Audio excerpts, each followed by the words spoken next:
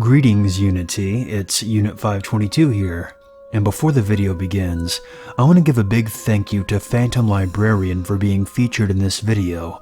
The link to his channel can be found below in the description. He has a really good channel and I highly recommend that you go check him out after the video is done. So without further ado, here are 5 true scary rest stop stories.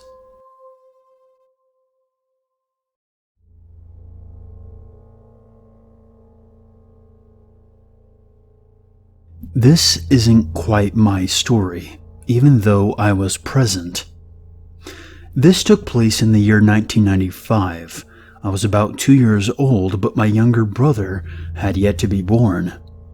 My mother and father were traveling to Atlanta, Georgia, because my dad had a chance to move up in the company he was working for. My parents were young parents at the time. My dad was 22 and my mom was 21. They had been on the interstate all night, driving from South Florida, and I was fussy when I awoke in my car seat needing a change. My father pulled into a rest stop, right up to the bathrooms and briefly looked around. There was no other cars or people in sight, so he stood outside to smoke as my mother unstrapped me from the car seat and proceeded to take me inside.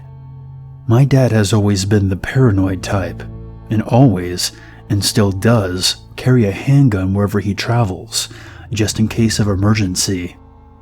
He collected the gun from under his driver's seat and proceeded to light a smoke. As he stood puffing on his cigarette, he noticed a shadow detach itself from a far wall that had bulletin posters on it. Because of the angle he was standing at, he was slightly behind the car and hidden from view for the man who was now making his way across the parking lot. The man was a tall, skinny-looking white guy that was dressed in all dark clothes, dark jeans, black hoodie, etc. My dad watched carefully as this guy looked slowly around the parking lot and headed straight for the bathroom that my mom had just disappeared into with me. My dad casually stepped out into the light and flashed the gun in his hand with a gentle shake of his head and said, "Not today." Apparently, the guy stopped right in his tracks and stared at my dad. Somehow, he hadn't noticed my dad's presence in the car, possibly due to watching my preoccupied mother. The guy put his hands in the air and backed away slowly before hightailing it out of there. My dad hollered for my mother and hightailed it the fuck out of there. This has always been one of my favorite stories of my dad. I remember once asking him, "What would you have done if he had kept walking at you?" My dad smiled grimly and said, "Oh, he would have had to kill me to get to your mom or you. I wouldn't have let that happen though. So, would-be rapist, let's not meet."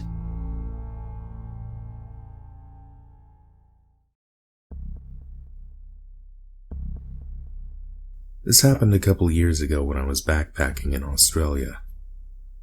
I traveled around driving a van, like many backpackers there do, as it saves a lot of money with accommodation. I usually slept in rest areas, gas stations, or wherever I could park. This one night, I'd been driving for a few hours and started to feel sleepy. I decided then to stop in the next rest area, in the middle of nowhere. Parking in that location during daytime would be a great idea, but at night, it seemed like a horror movie location. There were no cars parked there. I know, I should park where there are more people around, but I was really drowsy. And there were no lights whatsoever. I turned off the engine and closed the curtains of the van. It wasn't long before dawn that I heard some heavy knocking on the side of the van. "Open up! It's the police." Nothing wakes you up faster than that. My heart was racing. I was just adjusting to the adrenaline rush in my system when they repeated the heavy knocking, saying it was the police. My first thought was that I had parked somewhere that I shouldn't. But then again, it was the middle of nowhere, and it was a rest area. Before opening up, with my mind telling me that the situation was weird as fuck, I decided to go slowly to one of the windows and look through the gap in one of the curtains. I could clearly see the shape or shadow of a guy standing beside the van. His car wasn't too far, but it didn't have any lights or flashing lights on. The guy was definitely not a cop. Bringing up the courage I had left, I just shouted, "Get the fuck away! I have a gun and I'm calling the cops on the radio." I didn't have a radio or a gun. That seemed to faze him. I saw him getting back in his car, and to add to the creepiness, someone came out of the bushes and also got in the car. They left, and a few minutes after that, I turned on my van and drove in the opposite direction that they went to. Safe to say that I never slept in another rest area that didn't have at least a couple cars parked. I don't know what those people wanted, but with Australia's history of backpackers serial killers, I'm very happy to be here today.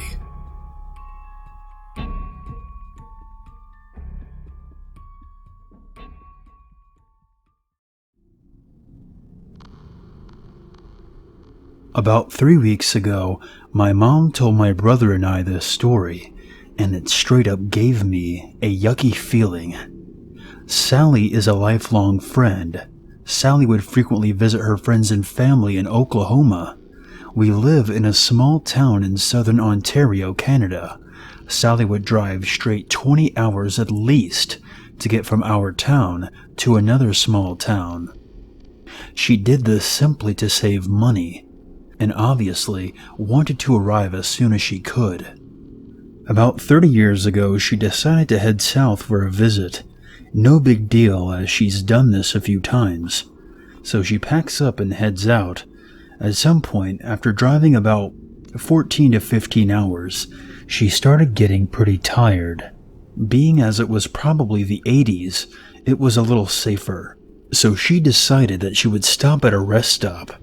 It was more of a traveler stop, my mom said, to sleep for a little bit and resume her drive first thing in the morning. She parks in a very well lit and busy rest stop.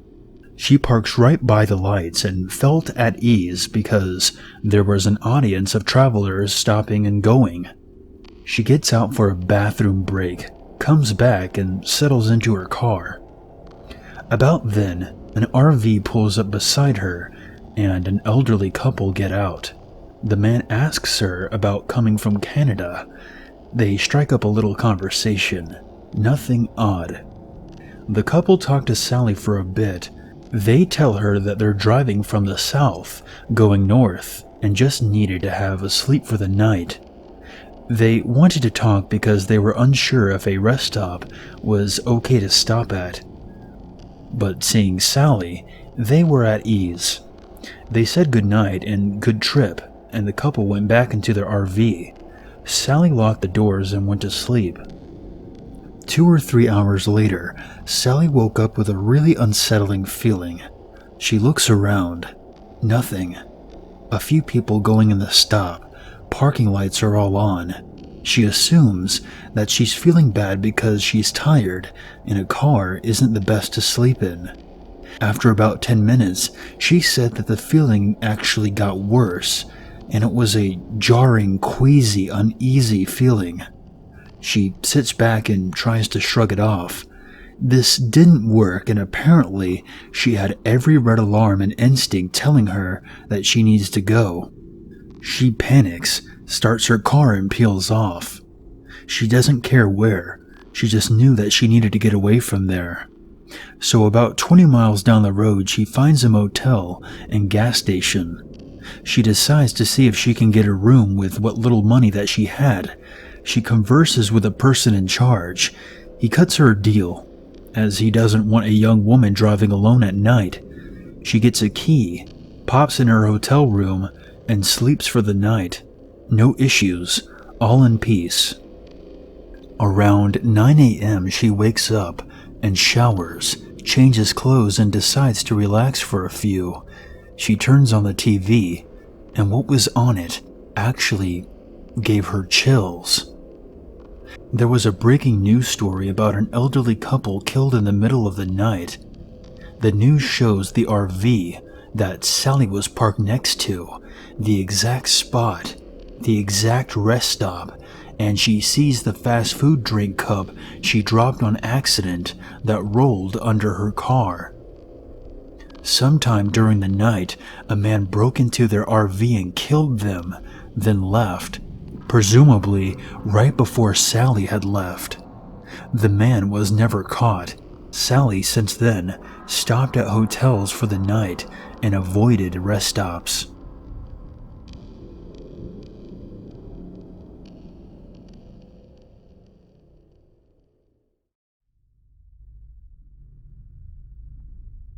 Back in 2005, when I was 18, I had just dropped out of high school in Minnesota. It was about halfway through the school year, and I just didn't have the credits I needed to graduate. I had some health problems my junior year, and was altogether frustrated with my life at this point in time. I was more concerned with drinking than I was school, so I dropped out and bought a plane ticket and went to live for a while with my cousin and his girlfriend in Washington State.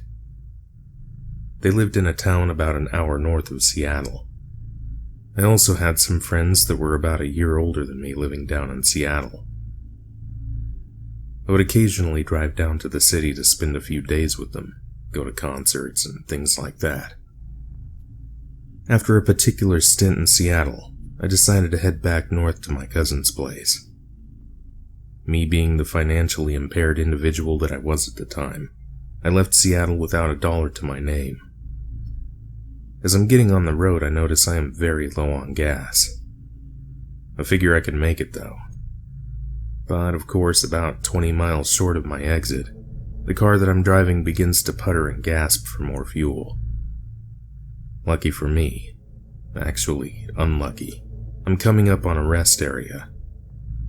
So I pull in and go to the payphone and begin to call the very few contacts that I know in the state. I had no money, so I had to call collect. I get a hold of my cousin, and he happens to be about 3 hours away in his hometown, and drunk no less. No luck there, so I call his girlfriend, and she never answers. Everyone I know in Seattle doesn't own a car, so I'm kinda hosed. My cousin said he was coming home in the morning and could pick me up on his way through, so it looks like I'm spending the night at this rest stop. I get settled with my seat reclined, using a hoodie as a blanket. I'm there for about 20 minutes when a van pulls into the rest area. It was one of those Chevy Astro vans. The van parks, and out gets your typical creeper. About 5'5", pudgy, balding, thick glasses. Creeper begins walking around the parking area, glancing into all the parked cars. There were about 3 other cars at the time. He walks slowly right in front of my car, and just stares me down for what seems like an hour. At this point in time, I'm pretty sure my future involves me being referenced in a documentary about serial killers. So Creeper Guy gets back in his van, and parks it so he's behind me on the other side of the parking lot. I'm parked facing the bathroom area, and he's parked behind me facing the wooded area. At this point, I'm no longer reclined or relaxed.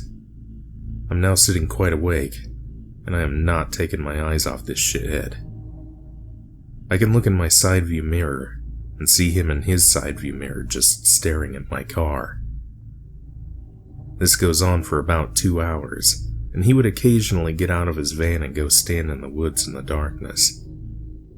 I could tell he was still watching me, because I could see the cherry on his cigarette light up as he would inhale. At this point, I'm pretty on edge. I have to piss like crazy. There's no way in hell I'm going to walk into that bathroom with this guy around. I decide to call State Patrol and have them kick this guy out of here. So I ring the State Patrol and tell them the situation. They say they'll send a trooper through. I hang up the phone and I'm kinda pacing around, all the while keeping my eye on this creepo. After about 30 seconds, the payphone rings. I'm thinking it's the state patrol calling back for some reason. I answer. Hello? You, want to get your dick sucked? I just stand there in shocked silence. Let me suck your dick. What the fuck? Fuck no. I slam the receiver down. The damn creeper has the payphone number and is calling me from the woods. I'm slightly terrified at this point. I'm kind of frozen but ready to run 1,000,000 miles per hour if necessary. I've got my eye on the woods. The phone rings again. I can't decide whether to answer it or not. I don't want to miss the state patrol if they're calling for some reason, so I answer, silently. Come on, let me suck your dick. I don't want to have to hurt you. I could even give you some money. At this point, this piece of shit has threatened me, so I immediately go into rage mode.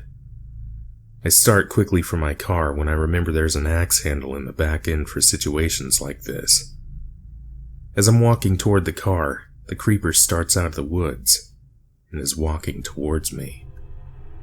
I get to my car, grab the axe handle, and start toward this guy, pointing it at him. Motherfucker, get back in your van and get the fuck out of here, or I'm gonna bash your skull in. He stops in his tracks, stares at me, kind of assessing me. He turns around and gets in his van and slowly drives away, staring at me.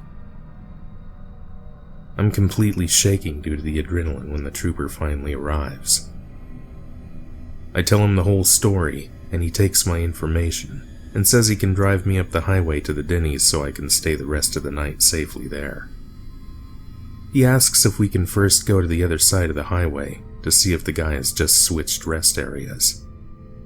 I agree. We pull into the rest area, and lo and behold, there's the van. The trooper approaches the van and is talking to the guy for about 5 minutes, and I can tell the trooper is giving him the third degree, sticking his finger in his face and raising his voice. The trooper returns and tells me the situation. Apparently, there was nothing he could do to charge the guy at this point in time, which seemed odd to me.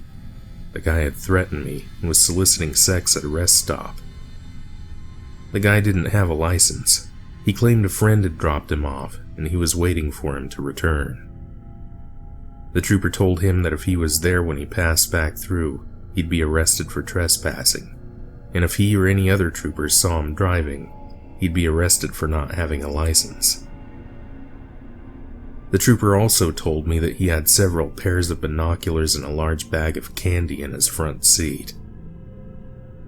So, I get dropped at Denny's, and my cousin eventually picks me up and I tell him the story.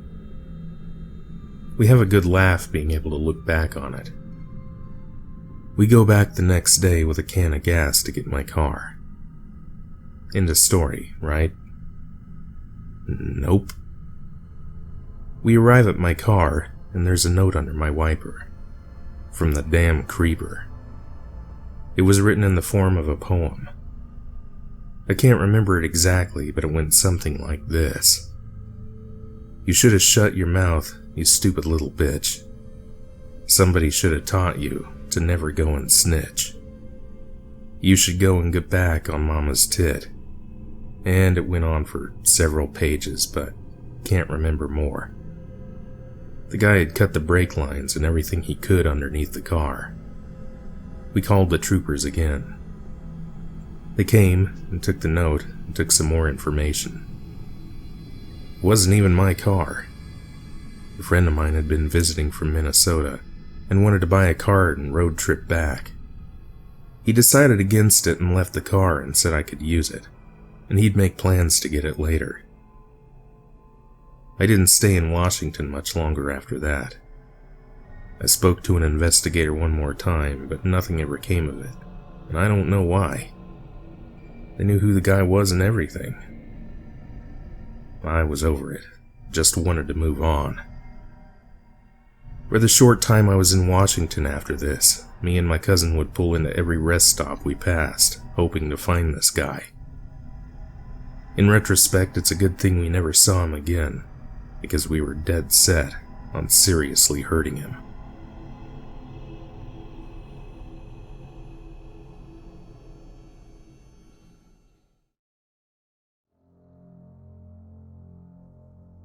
This happened 14 or 15 years ago. It was Super Bowl Sunday, and the Ravens beat the hell out of the Giants, and I spent the entire day waiting tables. I drank amazing amounts of coffee while I worked. That matters later, I promise. After work, the Super Bowl was pretty much over, so I picked up a girl that I was seeing at the time and headed home. I worked in Shreveport, Louisiana, but lived 30 miles east of the city on Interstate 20. As soon as I merged onto the interstate, the multiple pots of coffee hit my bladder. There was a rest area just east of Shreveport, and I was speeding and praying that I would make it because peeing myself in front of my lady friend wasn't on the list of cool things to do. I made it to the rest area, and Grace started laughing when she figured out why I wasn't talking anymore. I parked, jumped out, and speed walked towards the bathrooms. This rest area is just 2 cinder block rooms under a shared roof with a breezeway between the two. No welcome area or vending machines. There's a map of the state on a board under an awning. That's it. A guy stood in front of the map. I could see him when we pulled up. Whatever, he could ask me for directions when I was done in the bathroom. I went past him at an almost run. I could see him turn and start to follow me before he was out of my peripheral vision. The rumors about this particular rest area flew through my mind. Gay sex, robbery, rape, etc. I walked faster and entered the men's room. It was empty. I dove into a stall and started urinating. I heard the door open and the guy walked towards the stall that I was in. He passed my stall and entered one a few past me. While I was still going, I pulled my knife out of my pocket and opened it. I was freaking out and felt like I would never stop peeing. I did not want to be assaulted or robbed in a damn men's room, especially while peeing. Finally, I got done and faced my next issue, leaving the men's room. I tried to slide the lock quietly, but of course it got halfway and stuck before slamming open. I looked down and didn't see any feet, so I opened the door partially. No one was standing outside my stall, so I opened the door all the way. There was a mirror that ran the length of the room, an industrial metal mirror that was wavy and distorted. I finally noticed that one of the fluorescent lights had been flickering the entire time. I looked in the mirror and saw him standing in one of the open doors of the stalls. He had an erection and his hand was stroking it slowly. The motion was what drew my attention. I looked at his face, and that's what scared me the most. His face had no expression. His eyes were either dark brown or black. His face was completely blank. I held up my knife and turned it. We kept our eyes locked on each other for what seemed like minutes, but was probably only seconds. Then I turned and walked out of the men's room. I ran to my car and locked the door. Grace had her cell phone out, ready to call the Louisiana State Police if I wasn't out in another minute. I got out of there as fast as possible and took a long, complicated way home. A few years later, the state demolished that rest stop for activity like that. Every time I drive past there where that place was, I have to look. I don't use interstate rest stops after dark to this day, so creepy, scary, rapey guy, let's make that the closest thing we ever come to meeting.